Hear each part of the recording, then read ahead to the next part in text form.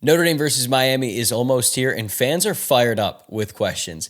Can CJ Carr handle the pressure against the Hurricanes? Who will step up as his top target? And most importantly, how do you convince your significant other to watch the game while on vacation? We're covering it all on today's mailbag.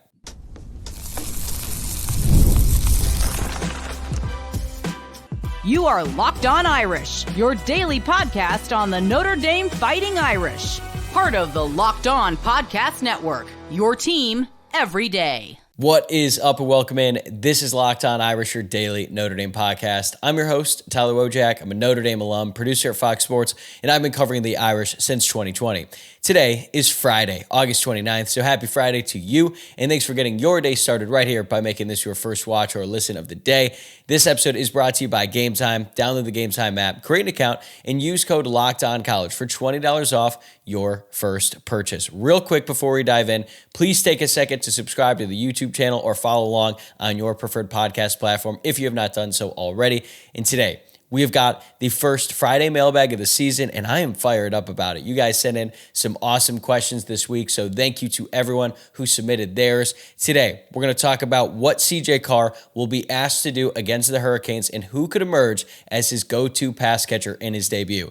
Plus, we'll zoom out to the big picture with questions on the wide receiver rotation and whether this year's team is deeper than last year's that made it to the national championship. And to wrap things up, we're going to have some fun with questions about vacations, watch parties, and game day rituals. We have a lot to get to, so let's dive into our first question. This one comes from Kenneth Jackowitz. Will CJ Carr be able to check off the line of scrimmage, and do you think he'll be on a short leash against Miami? Let's start off with checks at the line. Mike Denbrock spoke a little bit about this at his press conference on Wednesday after practice. This is his full quote. There are certainly decisions as far as setting the protection and protecting himself, whatever checks we have in the game plan, that he has to be responsible for, regardless of whether he's a first-time starter or not. But I think how you structure the plan in particular can take some of the weight off their shoulders. So he's going to have the ability to make checks, and at times he's going to be expected to. But I don't think he's going to have complete free reign of the playbook when he gets out there because Mike Denbrock is not going to put too much on his plate. He's going to present him with different scenarios, some of which he expects, some of which he might not, and he's going to have the answers built in. Like CJ, if you see this, check to this, or if you see X, check to Y. Things like that. It's not going to be a situation where CJ Carr goes up to the line, looks around, and then could pick any number of protections, really whatever he chooses. He is not ready for that. He's a redshirt freshman making his first career start. If he was a fifth-year senior who's been in the system for 3 years, then yeah, that quarterback is probably going to pick and choose whatever he wants, partially because he's seen a lot more by that point, but also he's been in the system a lot longer. There's much more, there's a greater comfort level between the quarterback and the coordinator in that situation. And I think that makes a lot of sense. You don't want to put too much on his plate in the 20 seconds that he has from the time the huddle breaks to the time the play clock hits zero, because there's going to be all kinds of things running through his mind already. You basically need to give him the answers to the test before he even goes out there, and I think that's what Mike Denbrock is going to try to do here. One thing the staff raves about is CJ Carr's football IQ, so I'm sure that he's been able to process a lot of the information. Mike Denbrock even said that he feels much more comfortable going into the start of this season with CJ Carr and also Kenny Minchey as his backup because they've been in the system for over a full year now. And it's not like Riley Leonard, who got there at the start of the year and then missed all of spring practice. Like, he has had a bunch of reps with these quarterbacks. So the system has been installed. They've been around it. They're comfortable with it. But still, when you go out there on game day, you don't want to ask him to do too much. But as Denbrock said, Carr also has 0 real snaps, and there's no substitution for experience. So they can try to simplify the pre-snap stuff as much as they can. But once the ball is snapped, it is on him. As for the short leash, I don't think it can be too short, right? Like, if he throws one pick and you pull him, you're going to ruin his confidence forever because he's always going to be looking over his shoulder. Now, if it's a situation where Notre Dame goes into the half and they're down 2 touchdowns and he already has 2 picks, maybe you consider doing it. But Marcus Freeman has never had to make a quarterback change during the game because of poor performance. I think he's going to have a shorter leash than Sam Hartman or Riley Leonard, but they're going to try to give him some confidence, and I think he's already feeling a little bit more confident. More on that in segment 2. I want to get to this next question, though, from @J_Patterson3. Which pass catcher will have the most production against Miami? I'm taking Eli Raridan. I believe he is their secret weapon in this one, and he's not a secret on this show because he's been one of the most talked about players throughout the offseason. I think we're going to see it all come to fruition on Sunday night right out of the gate. Eli Raridan is a matchup nightmare for any defense. He's 6'6", 240 pounds or something like that. And as a tight end who has that size and is also that athletic, he's like a safety net for the quarterback. Miami has good cornerbacks. We've talked about them on the show. Frederick Jr. and Xavier Lucas are good players, but I think their safeties and their linebackers are a bit of a question mark. And if Raridan is in a one-on-one situation with a safety or a linebacker, look for CJ to go at him early and often. Plus, considering that Eli Raridan has not produced a ton in college, I mean, he only had 11 receptions last year, I doubt he's going to be the focal point of Miami's game plan. So there is a way he could get a little bit lost there on the field sometimes, and I would not be surprised if Eli Raridan finished the game with something like 9 receptions, 80 yards, and a touchdown.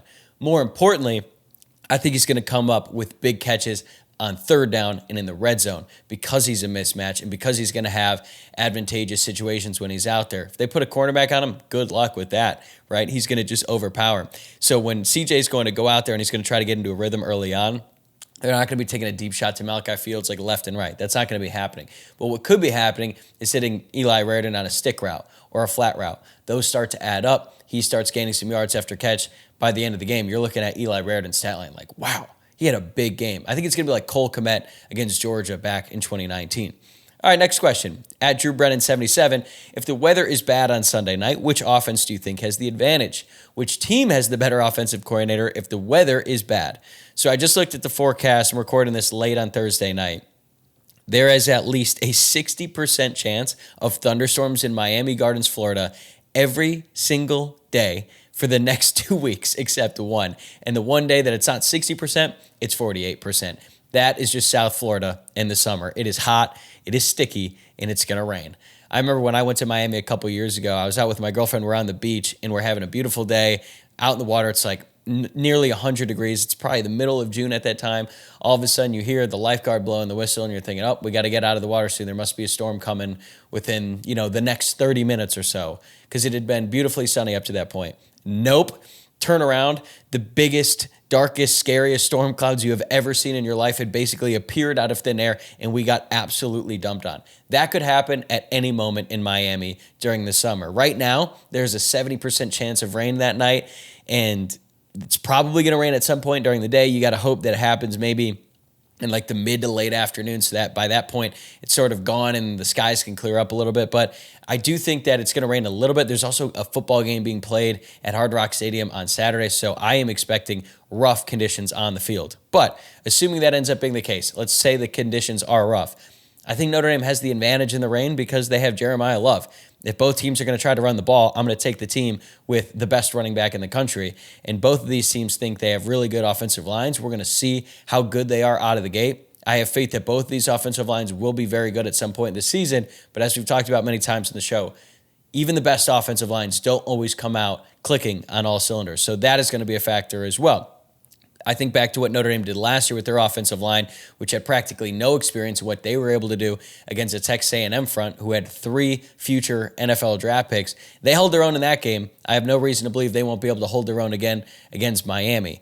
Other than that, I think it's pretty even when you compare how these offenses will look against the weather. But as for the OC, I don't really think one is better than the other. Just because it rains. Brian Kelly isn't going to be calling the plays, so they're probably not going to be throwing it 100 times in a torrential downpour. And Mike Denbrock is not going to make CJ Carr throw much if it's dry. He definitely won't do that if it's in the pouring rain. If it really is a factor and it's really coming down, both teams are going to be running the ball. I think Notre Dame's running backs are just going to win that battle. It's going to be close, though. It could get real ugly if that is the case. All right, we got another question here from Segan24. A big emphasis was placed on the middle 8 last year. How important is it to win the coin toss and defer to allow CJ a few extra moments to settle himself in and have the advantage of getting the ball first after halftime to control the middle 8 and ultimately the game? So if you're unfamiliar, the middle 8 is basically just the last 4 minutes of the first half and the first 4 minutes of the second half. It is very important because you can basically steal a possession if you defer, and you could have the ball to end the first half and then get it right back to start the second. But you don't necessarily have to receive the ball in order to win the middle 8. You can score going into the half, you get a stop in the first possession on defense in the second half, and you have won the middle eight. You aren't stealing a possession like you can if you defer it, but you're still winning it, and it's still very important when you consider how the momentum can shift in that situation. But considering how big of a priority it is to Marcus Freeman, I do expect Notre Dame to defer if they end up winning the toss. Plus, they want their defense to go out on the field first anyway to send a message. Everything we have heard about this defense from fall camp and really dating back to spring practice is that they're really, really good and they're violent. They're aggressive. They're fast. They're rowdy. There was one notable scrimmage about halfway through fall camp where I heard the defense just balled out, and the one thing that they were described as one rowdy bunch. So that's code for they were flying around, they were making all kinds of plays on the field, and they were letting the offense know about it. So Freeman wants a violent team, and the best way to showcase that violence right off the bat is to let the D-boys fly around and make a stop to start the game and let them know it's going to be a long night. All right, we've broken down the matchup with Miami, but what about the bigger picture, quarterback dynamics, the wide receiver rotation, and whether Cam Williams will ever live up to the 5-star hype? That's coming up next. Today's episode is brought to you by Game Time. College football is back, and I could not be more excited. The tailgates, the rivalries, the energy in the stands, there is just nothing like it. But let's be real, actually getting tickets can feel like more of a battle than the game itself. Endless queues, hidden fees, prices jumping at checkout. That's why I use Game Time, the app that gives the advantage back to fans. It is the easiest way to score last-minute tickets at the best prices with no surprise fees. What you see is what you pay. The app made it super simple. I could even see the exact view from my seat before buying. I also love the zone deals. Pick the section, Game Time picks the seats, and you save big. So take the guesswork out of buying college football tickets with Game Time. Download the Game Time app, create an account, and use code LOCKEDONCollege for $20 off your first purchase. Terms apply. Again, that's promo code LOCKEDONCollege for $20 off. Swipe, tap, ticket, go. Download Game Time today.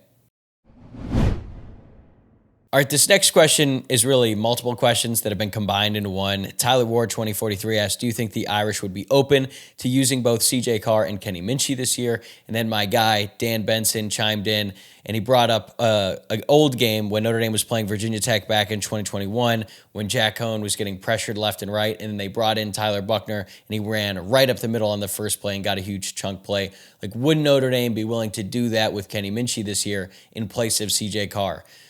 So to answer Tyler's question first, do you think they'd be open to using both?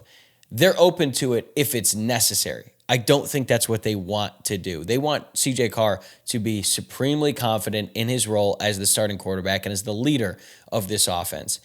And unless that CJ gives them a reason to not be confident in him, they're going to let him lead this group.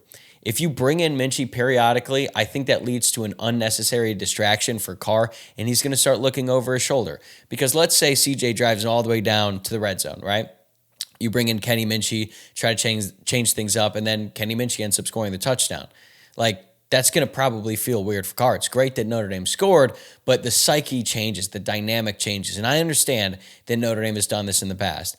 Just like I was saying with Dan Benson, what he chimed in with, like they did it in 2021, not just in that game, but in the North Carolina game. Clearly, Tyler Buckner had some packages. He'd come in, they'd run RPO, they'd get him involved in the run game, and it worked. But Tyler Buckner and Jack Cohn were polar opposites as quarterbacks. Jack Cohn couldn't move, literally, except for that one play where I don't know if he was possessed by some otherworldly being when he scored that 20-yard touchdown run against North Carolina and actually looked pretty fast doing it. The rest of the time, he was not mobile whatsoever. Meanwhile, Tyler Buckner, his best attribute is his ability to run with the football.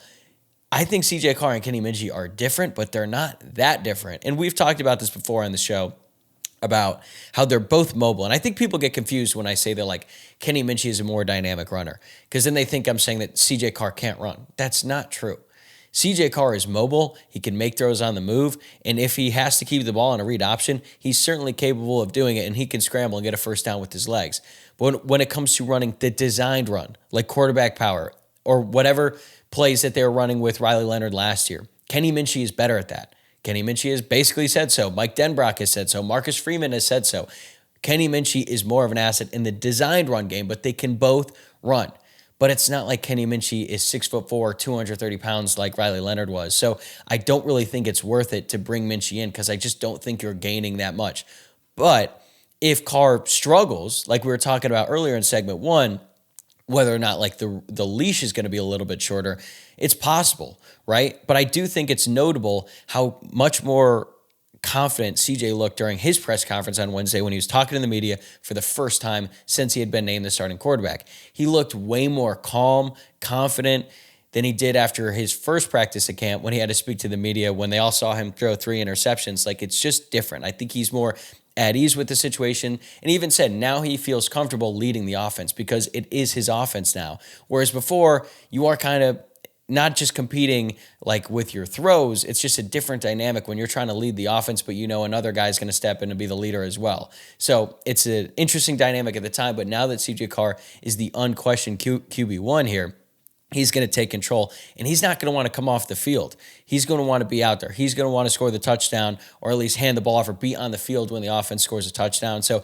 I just don't think it's good to bring in another quarterback if CJ Carr is playing well. It just doesn't create a great dynamic. But if CJ struggles a lot and the offense is just not moving the ball or he's committing turnovers or things like that, and you need a spark, then yeah, you bring in Kenny Minchey because you know that he's capable. And if Kenny Minchey ends up taking over and then doing much better than CJ, then we're going to have that conversation later about whether or not they need to make a permanent quarterback change. But you need to give CJ Carr the opportunity to take this job and run with it before you start bringing in Minchey and adding more distractions. All right, next up, Peyton Dunn. Coach Brown has said there will be a 6-man rotation at receiver. Now that the season is here, who do you expect 5 and 6 will be? Well, they released a depth chart on Tuesday, and the top 3 guys were what you would expect. It's Malachi Fields, it's Jaden Greathouse in the slot, and then it's Jordan Faison in the field. But in the slot receiver position, it was Jaden Greathouse or Will Pauling. Not really a surprise. We know those are going to be the top 4 guys anyway. But there have been some questions about who's going to be 5th and who's going to be 6th. At this point, I think it's going to be Mikey Gilbert. He's going to be the direct backup for Malachi Fields. He's on the boundary. That's on the depth chart. The 6th one could be KK Smith, or it could be Elijah Burris. Elijah Burris, I think, is the 7th at this point in time, but it also could be Logan Saldate. Saldate really flashed in camp. He has the highest vertical on the team, despite being a little bit undersized. And even though Elijah Burris had a really good spring practice and even a really solid camp, when Mike Denbrock said that he doesn't understand the playbook, that is code for he's not getting on the field. And as Luke Smith said during our preseason award show, he's like, that was a kick in the butt. Like, hey, man, you could be playing, but you're not because you don't know the playbook. I don't think he magically memorized the playbook within the past week, so I don't expect to see him much against Miami, but I do expect to see Mikey Gilbert. I do expect to see KK Smith because it's going to be super hot and humid like we were talking about earlier. And you're going to have to rotate receivers, especially on long drives. So with Gilbert and KK Smith, you have a guy in KK who's now going into his junior season. Mikey Gilbert is going to be a redshirt freshman, but they're very high on Gilbert. I think he provides a new dynamic outside. Obviously, he's not as big and as physical as Malachi Fields, but he's a really good wide receiver. And I think that if he's able to give this team anything, especially early on, that is a huge win for this offense. Maybe later on in the year, Elijah Burris will crack that top 6 once he's able to get the playbook down and know where he's supposed to be. But I feel pretty comfortable that right now, Mikey Gilbert and KK Smith are going to be the first wide receivers off the bench. Next one, at Black_Cypress Solutions. When will Cam Williams live up to his high school recruiting rankings? I get asked about Cam Williams so many times, and I know other outlets do as well. And look, I get it, top 50 prospect in the country, but it's probably never going to happen. Okay, but let's clarify something. The question was, when will Cam Williams live up to his high school recruiting rankings? I'm saying probably never, because never is a long time. So maybe it will end up happening, but I doubt it. Because I think if you are that good as a wide receiver, if you are a top 50 prospect, there's some positions where it takes more time, like offensive line, right? Even though we've kind of been spoiled lately with some of the really highly recruited offensive linemen that have come to Notre Dame, they get on the field a lot earlier than they used to. Wide receiver is a position where if you are going to be that good, it probably shows early and you end up getting on the field early. Like Jeremiah Smith and Ryan Williams were in the same recruiting class as Cam Williams, and look what they did last year. But Cam Williams is not quite that high. They were 1 and 2, right? And there's a very good chance that Cam Williams develops into a really good receiver down the road. But top 50 prospect in the country, like that is elite level stuff right there. And I just don't think based on how Cam Williams has progressed up to this point, he's ever going to be elite. He's got to get more comfortable within the offense, which I think he has. It looks like he's dedicated himself more to the game, more to the weight room, because physically he looks much better now than he did when he was a freshman. And I have high hopes that he's going to end up becoming a significant contributor. But when you're ranked that high, the expectation from the fans is that you're going to be elite. And I don't think Cam Williams will ever be elite in college, but he could still be very good. He could still end up being like a TJ Jones type of player who's really productive and ended up being really good. But considering he's going into a sophomore season, and I don't think he's going to be a factor on this offense at all, really, shows you that it's going to take some more time. He's probably a late bloomer, but we've seen other guys who have really come on later on in their career. I mean, look, Jalen Snead, it might be happening for him right now, although he flashed earlier than Cam Williams. Give it some time. I think he's going to end up being a contributor to Notre Dame. Looks like he loves the university. He's in it for the long haul. So I see a bright future for him, but it's probably just not going to live up to the expectations that the fan put on him when he came out of high school because of his recruiting ranking.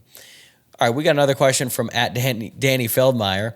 What would it take to have a more Brothers Bar and Grill season than Mitch Jeter in 2024? So if you did not watch the preseason award show with Luke Smith and I, we do all these preseason awards. Some of them are made up. Some of them are real, like an MVP or something like that. But the Brothers Bar and Grill Award is for a player or position group who frustrates you at times, but then they come through when you need it most. And then Mitch Jeter is obviously the perfect example of that last year. He came through against Texas A&M, came through in the playoff against Indiana and Penn State. Did miss that one field goal in the national championship, which is a bummer. Maybe the dynamic at the end of the game changes. I know a lot of fans are critical of Marcus Freeman for kicking the field goal in that moment, but when he was hurt during the middle part of that season, it was not a whole lot of fun. The kicking game was awful. He was clearly not healthy. He went out there against USC. They said he was healthy, and he shanked it. It was nowhere close. So the fact that he was able to mentally get right for the playoffs was a huge, huge plus for the Irish. But hopefully, getting back to Danny's question here, we don't find out, because I think that is truly the most applicable situation with that award. The kicking game this year, I mean, I've obviously expressed my concerns about it a million times. We don't have to go over that again, but I really do feel confident that's going to be the case here. But as long as Noah Burnett or Eric Schmidt, whoever is kicking, as long as they come through when Notre Dame really needs them in the big games, that is all that matters. All right, enough X's and O's. Now it's time for the fun stuff. How to watch games, relationship negotiations on vacations, and whether this year's Irish team is actually better than last year's. That's coming up next right here on Locked On Irish. Hey, Locked On Irish fans, we have an important request. Locked On wants to hear from you. We have put together a survey to learn more about our listeners and make your favorite podcast even better. This is your chance to tell us what you like, what you don't, and answer questions about our advertising. Go to LockedOnPodcast.com/survey to get started. Everyone who completes a survey will be entered for a chance to win one of 10 $100 Amazon gift cards. Again, that's LockedOnPodcast.com/survey. You can also find the link in the show description. Today's episode is also brought to you by Upside. Hey, Irish fans, are you still paying full price for gas? Stop leaving money behind. Get real cash back every time you fill up with the free Upside app. Simply download the free Upside app in the App Store or Google Play right now and start earning cash at the pump today. Use my limited time promo code FOOTBALL and get an extra 25 cents back per gallon on your first fill up. You could make up to $300 a year just from buying the gas you already needed. At first, I thought it was too good to be true, but it's totally legit. Real people are getting paid just to make their daily commutes, and you can too. Plus, you can cash out anytime to your bank account, PayPal, or an e-gift card for Amazon and other brands. Don't let this offer drive on by. Download the free Upside app now using my limited time promo code FOOTBALL for a limited time 25 cent per gallon bonus. That's promo code FOOTBALL. Offers vary by user and location. Go to upside.com for terms and conditions. All right, let's wrap up the show with some fun ones, which we like to do. It's Friday. Let's get loose a little bit here. At DA Domer NM, I totally get that we had some luck to get to the title game last year, but if this year's team stays healthier than last year, couldn't that be the difference maker in bringing home the trophy this season? And how do you compare the top to bottom talent of this year's team to last year's, assuming that everyone stays healthy? Look, that could totally be the difference. Notre Dame had like the worst injury luck I have ever seen. I shouldn't say that. The worst injury luck I've seen since 2015, when it felt like literally every single week someone on that Notre Dame team went down with a serious injury, and I still contest that 2015 team was Brian Kelly's best team if they were fully healthy, but that just never happened. By the end of the year, in that game against Ohio State in the bowl game, they didn't have anyone left to play. But that team was loaded, man, with Jalen Smith, Will Fuller, all kinds of great players on that team. But last year, Notre Dame lost a bunch of guys. Didn't matter until the national championship game when it really mattered. When Jeremiah Love couldn't do anything, when Howard Cross was getting pushed back 15 yards off the ball because he just couldn't move. Everything hurt for him. But they were already down Riley Mills. They needed him out there. So it finally mattered, and Notre Dame ended up losing to Ohio State. Would they have won if they were fully healthy? I think it certainly would have been a lot better of a game. But if this team is able to stay healthy, they'll be in great shape, but injuries are going to happen. They always do. It's just a matter of how many. Part of the luck aspect has to do with playoff seeding as well. Injuries are certainly a big part of it, but that's not the only thing. For example, Oregon had a great regular season. They got a very unlucky draw in the college football playoff playing against Ohio State in the quarterfinals. Now, I'm hoping that this year with the straight seeding model, things are going to be a little bit more balanced, but you never know, right? Like the way that the college football playoff, they rank these teams, you could still get screwed on a matchup, right? Notre Dame also had some luck with their own schedule last year, like teams that we thought could end up being good, like Florida State in the preseason. We thought that was going to be a top 10 game. They ended up being one of the worst teams in a Power 4 conference. USC, they didn't come into last season with super high expectations, but you expected them to be better than they were. So we don't really know how Notre Dame's schedule will fare as of now. We have an idea, right? Like I expect Miami, I expect Texas A&M to be tough games. If you asked me yesterday, what do you think Boise State will show against Notre Dame? Do you think that'll be a good game? And I'm like, yeah, they're probably going to come in tough. And then they got absolutely boat raced on Thursday night by USF. So things like that happen. We don't know for sure how tough or how easy the schedule is going to be. If it's easier than we think, that's also luck in Notre Dame's favor. That could end up being huge for Notre Dame's title chances as well. But as for the talent level, I think top to bottom, this year's team is more talented than last year. They're better at running back. They're certainly better at wide receiver. They're better on the offensive line because they have a lot more experience. I think they are worse at quarterback today because Riley Leonard had a lot more experience, and what he could do as a runner was obviously very important to the Notre Dame offense. I think CJ Carr will eventually become better than Riley Leonard, but before he makes a college start, I think that'd be a little bit crazy to say that CJ Carr is already better than Riley. Tight end is a question mark for me right now because I think Eli Raridon could end up being really good, whereas last year Mitchell Evans was coming off an injury. Eli Raridon was not tight end one yet. On defense, the D-line was never really healthy last season. They lost Patello, they lost Traore, they didn't lose Howard Cross, but he was playing hurt all year. Right now, it looks pretty good in the D-line, so probably better this year. Linebacker, even though they lose Jack Kaiser, I think that Drake Bowen, KVA, Jalen Steen, Jane Osprey, the versions of them today, much better than last year. So they're better in that position as well.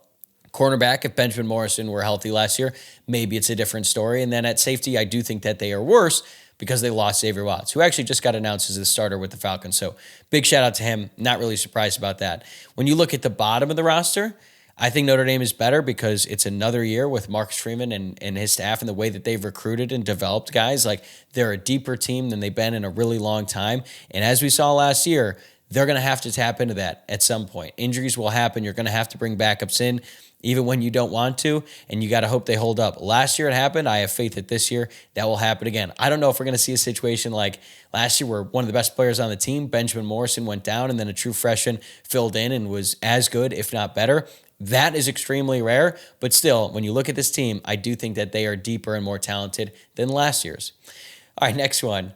At Chase Keller, 5425. I will be on vacation with my girlfriend this weekend. How should I convince her that we have to watch the game? Really simple. Just tell her, if you love me, we'll watch the game. If she says no, dump her. Have a great vacation, man. All right, moving on to the next one. Soccer Guy 3042. If you can't watch the Irish live in the stadium, how do you choose where to watch it? What role do the people you're watching with play in that decision? Does it change depending on whether it's a big, high-stakes game versus a regular one? What is your personal formula or criteria for deciding? This is such a great question. There's a bunch of different factors here. So sometimes in the past, I've had to watch Notre Dame games while I'm at my job at Fox. I have gotten really good at just staying so composed in those situations and basically being radio silent. Like I was at work and I had to be actively working while Notre Dame was losing to Marshall. And I just had to stomach that, and people were obviously talking to me about it like, hey, is he okay? And I just had to wear it. And then when I came home, finally had some time to release, but I've gotten pretty good at that. However, when I'm watching by myself in my apartment, I am pacing around, I'm moving around, I'm yelling at the TV, I'm doing all that stuff. So when it comes to picking where I'm going to be during a game, if I have just complete freedom of where I can be, number one, who is Notre Dame playing? How tough is the opponent? How big is this game? Are the stakes super high? Like last year when Notre Dame played Penn State in the college football playoff, I watched that game alone in my apartment. I needed to be able to move. I needed to be able to pace. I needed to be fully locked in to that game. If it's a huge game and, there's some opportunities to watch with friends who I know are Notre Dame fans, I will do that. Like last year, I brought this up before, watched the Georgia game with Tommy Waytula. Shout out to the Waytulas, big fans of the pod. Actually going to be watching the Miami game with Tommy Waytula and another friend, Michael Mancini. 2 Notre Dame fans, 2 people who are going to be fully locked into the game. That is super important. I don't need someone around who is actively rooting against Notre Dame because I can't have that negative energy around me. I already have enough negative thoughts in my head that I have to deal with. If I have to deal with a negative person who's cheering against Notre Dame during a game with high stakes, it's not going to work. It's not going to work. However, if it's a regular season game, Notre Dame's playing a bad team, and there's a great slate of college football on, I'll happily watch it at a bar. I'm still going to be glued to the Notre Dame game, but I can also enjoy the company of my friends in that setting.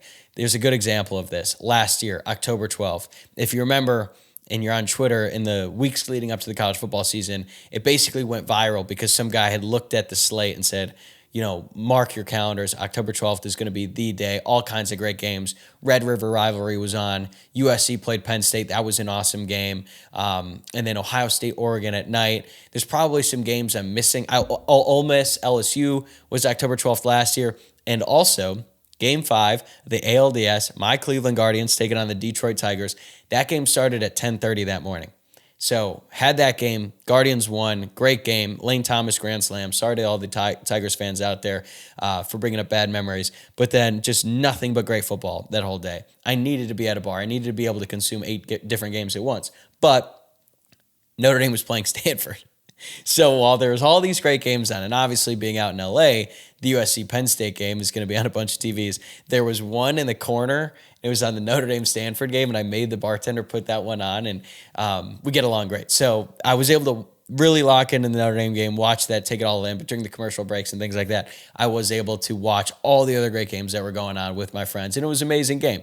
So in that situation, I can watch it with other people, but I totally understand how some people, can like to watch it with friends. They like the community aspect. I get it. But the bigger the game, the more lonely I need to be. I remember vividly Game 7, 2016 NBA Finals. I watched that by myself in my parents' basement. I was home from college that summer, and games 1 through 6, I watched it with all my friends from home. We were having a great time. And that game, I just knew I needed to be home. I needed to be alone. I just couldn't handle anyone being around me. I was so stressed. Probably the most stressful game I've ever experienced as a fan of my life. The Cavs won the championship. I remember just slamming my couch. I didn't even know what to do. I didn't even know that the experience was real, that I could watch one of my favorite teams win a championship. So that was an unreal experience. The only time I've ever seen any of my teams win a championship. I can't even imagine what I would do if Notre Dame won a national championship. Last year I was at the game and I was sort of in my own little bubble, even though I was standing with my parents and I had some friends sitting a few rows behind me. Shout out Luke Dennehy and Willis Pencil. I was just sort of in a miserable bubble, and like Notre Dame was coming back and I just couldn't even react because I'm just like locked in and all that. But that is a very long-winded answer of how I like to watch games. I know people are different, so let me know how you prefer to watch games. Is it with your family? Is it with your friends? Or is it completely alone in complete solitude? I get it. I understand it all. We all watch the games differently, but the best thing is, in just 2 days from now, we're going to be able to watch another Notre Dame football game for the first time since January, and I cannot wait. But that is going to do it for today's mailbag. Thank you so much for tuning in and making this your first watch or listen of the day. Before we get on with the rest of your Friday, I wanted to let you know that we have another bonus episode coming out tomorrow, Saturday morning. It is a special pregame crossover with the host of Locked On Canes to get you ready for kickoff. I know there's going to be all kinds of great football coming your way tomorrow, but then maybe Sunday in the hours leading up to that game, if you need something to watch or listen to, check out that crossover episode. It was a lot of fun. And also, don't forget to subscribe to the YouTube channel, follow wherever you get your podcasts, leave a like, give the show a 5-star rating and review. This show has grown a ton lately, and I am super grateful for it. I really appreciate everyone who is new to the show. If you're a new viewer, new listener, thank you so much for joining us. And for those that have been around a long time, you know how much I care about you guys. We have got so much more fun stuff coming your way now that the season is here. So make sure that you are subscribed. I'm going to be back here tomorrow morning, but then I'll be back on Sunday night with my instant reaction after the Notre Dame and Miami game. Football is back, folks. Soak it in. Have a great weekend. Enjoy the games, and I'll see you tomorrow.